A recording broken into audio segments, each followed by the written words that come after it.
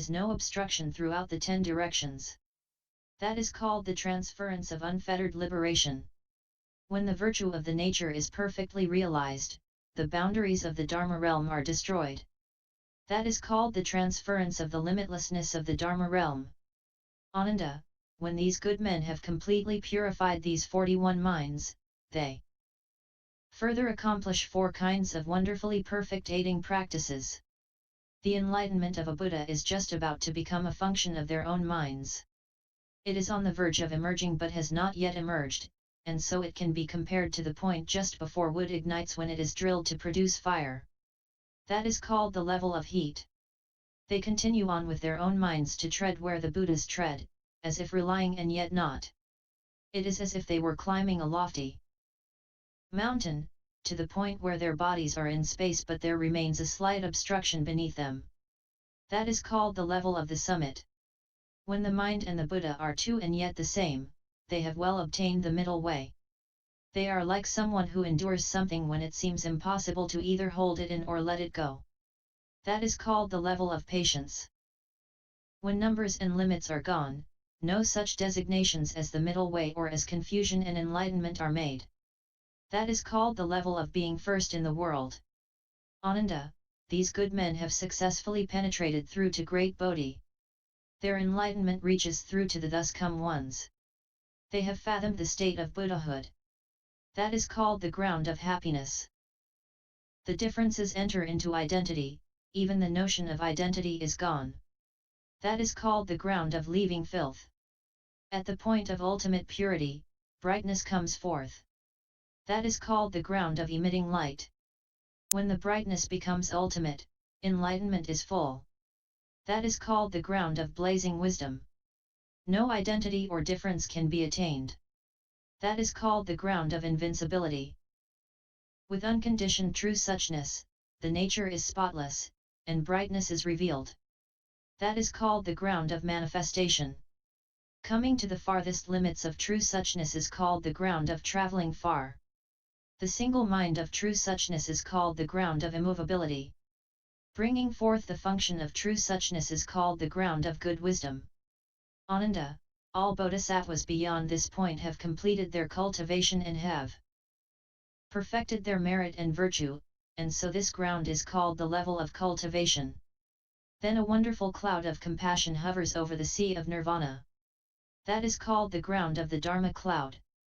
The thus come ones counter the flow as the bodhisattvas thus reach this point through compliance with practice. Their enlightenment is about to meet that of the Buddhas, it is therefore called equal enlightenment.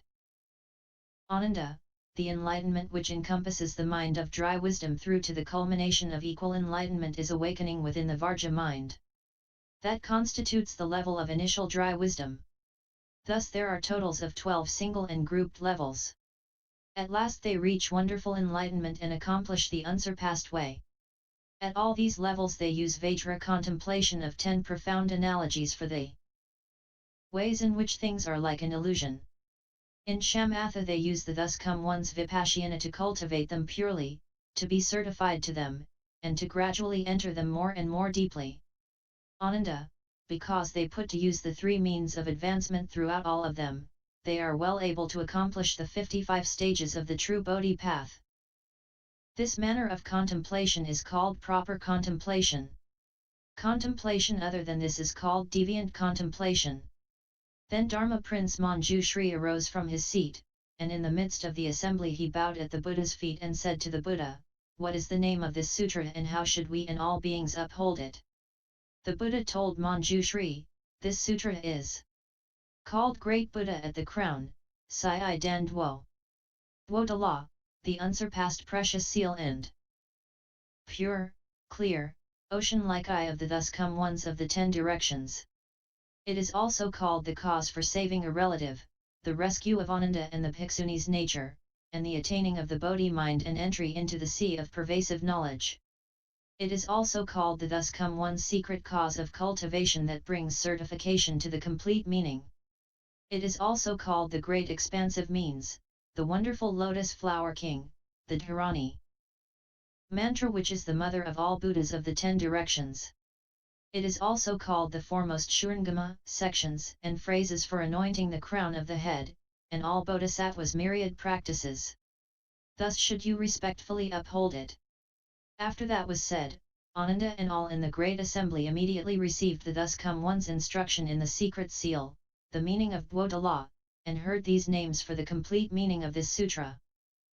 They were suddenly enlightened to dhyana, advanced in their cultivation to the sagely position, and increased their understanding of the wonderful principle. Their minds were focused and serene. Ananda cut off and cast aside 6 sections of subtle afflictions in his cultivation of the mind in the triple realm.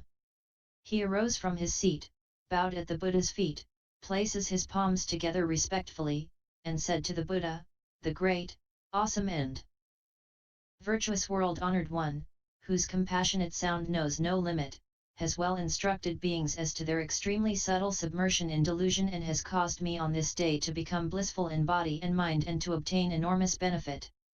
World-honored one, if the wonderful brightness of this truly pure and wonderful mind is basically all-pervading, then everything on the great earth, including the grasses and trees, the wriggling worms and tiny forms of life are originally true suchness and are themselves the thus come one true embodiments of Buddhahood. Since the Buddha's embodiments are true and real, how can there also be hells, hungry ghosts, animals, asuras, humans, gods, and other paths of rebirth?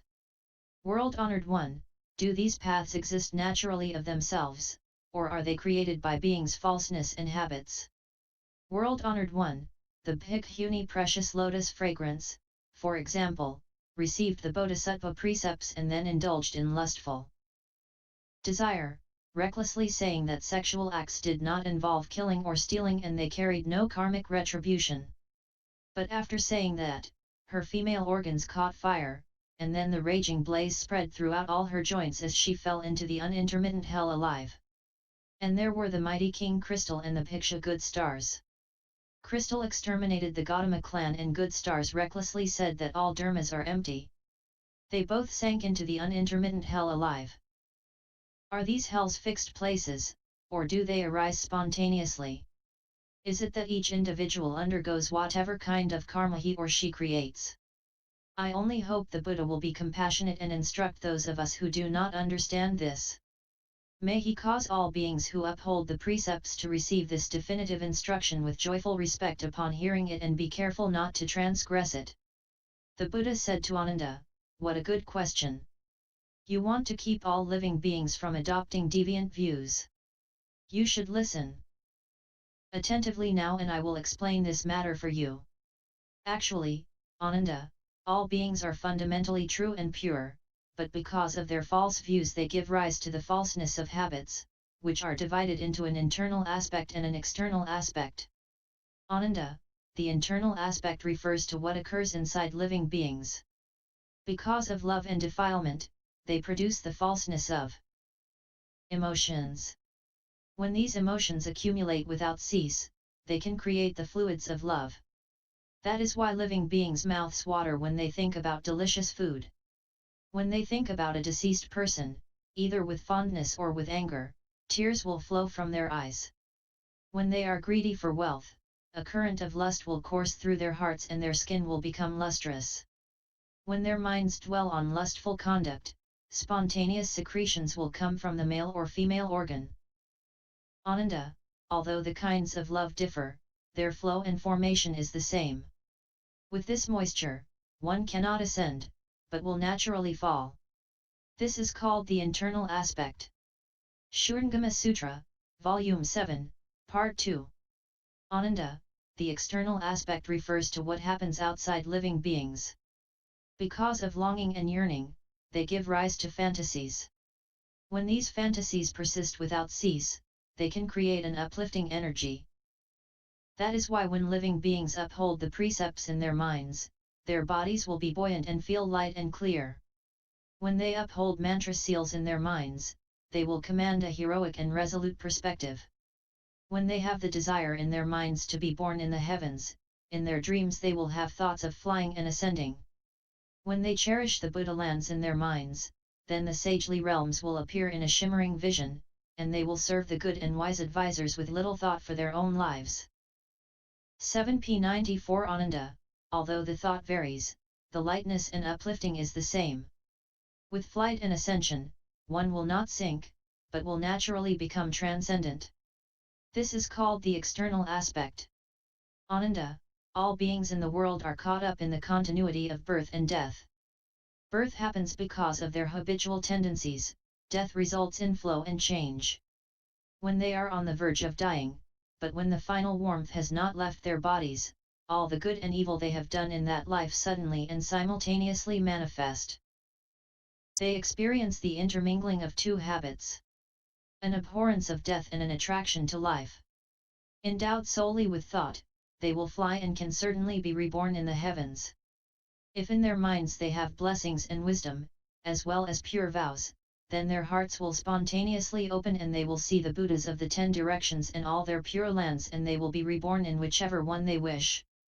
When they have more thought than emotion, they are not quite as ethereal, and so they become flying immortals, great mighty ghost kings, space-traveling yakshas, or earth-traveling rakshasas who roam the heaven of the 4 kings, going where they please without obstruction.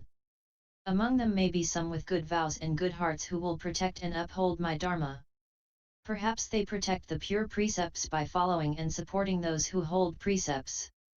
Perhaps they protect spiritual mantras by following and supporting those who hold mantras. Perhaps they protect those who practice Chan Samadhi so they can cultivate patience with dharmas. These beings will be close to the thus come one beneath his seat. When their thought and emotion are of equal proportions, they neither fly nor fall, but are born in the human realm, where the brightness of thought leads to intelligence and the darkness of emotion leads to dullness. When they have more emotion than thought, they enter the animal realm. With heavier emotion, they become fur-bearing beasts. With lighter emotion, they become winged creatures. When they have 70% emotion and 30% thought, they fall beneath the wheel of water and are bordering on the wheel of fire, where they experience the full force of the raging blaze. In the bodies of hungry ghosts, they are constantly burned to a crisp. Even water harms them, and they have nothing to eat or drink for hundreds of thousands of eons. When they have 90% emotion and 10% thought, they fall through the wheel of fire until their bodies enter a region where wind and fire interact. With lighter emotion they are born in the intermittent hell, with heavier emotion they are born in the unintermittent hell. When they are possessed entirely of emotion, they sink into the Avasai hell. If in their minds they slander the great vehicle, defame the Buddha's pure precepts, irrationally speak dharma, are greedy for offerings from the faithful, recklessly accept the respect of others, commit the 5 rebellious acts and the 10 major offenses, then they are further reborn in Avicii hell throughout the 10 directions. Although one receives one's due according to the evil karma one has created, a group can undergo an identical lot, and there are definite places where it occurs. Ananda, it all comes from the karmic responses which living beings themselves invoke. They create 10 habitual causes and undergo 6 interacting retributions. What are the 10 causes? Ananda, the first consists the habit of lustful intercourse which gives rise to mutual rubbing. When this rubbing continues without cease, it activates a tremendous raging fire, just as warmth arises between a person's hands when he rubs them together. Because these two habits set each other ablaze, there come into being the iron bed, the copper pillar, and other such experiences. Therefore the thus come ones of the 10 directions look upon the act of lust and name it the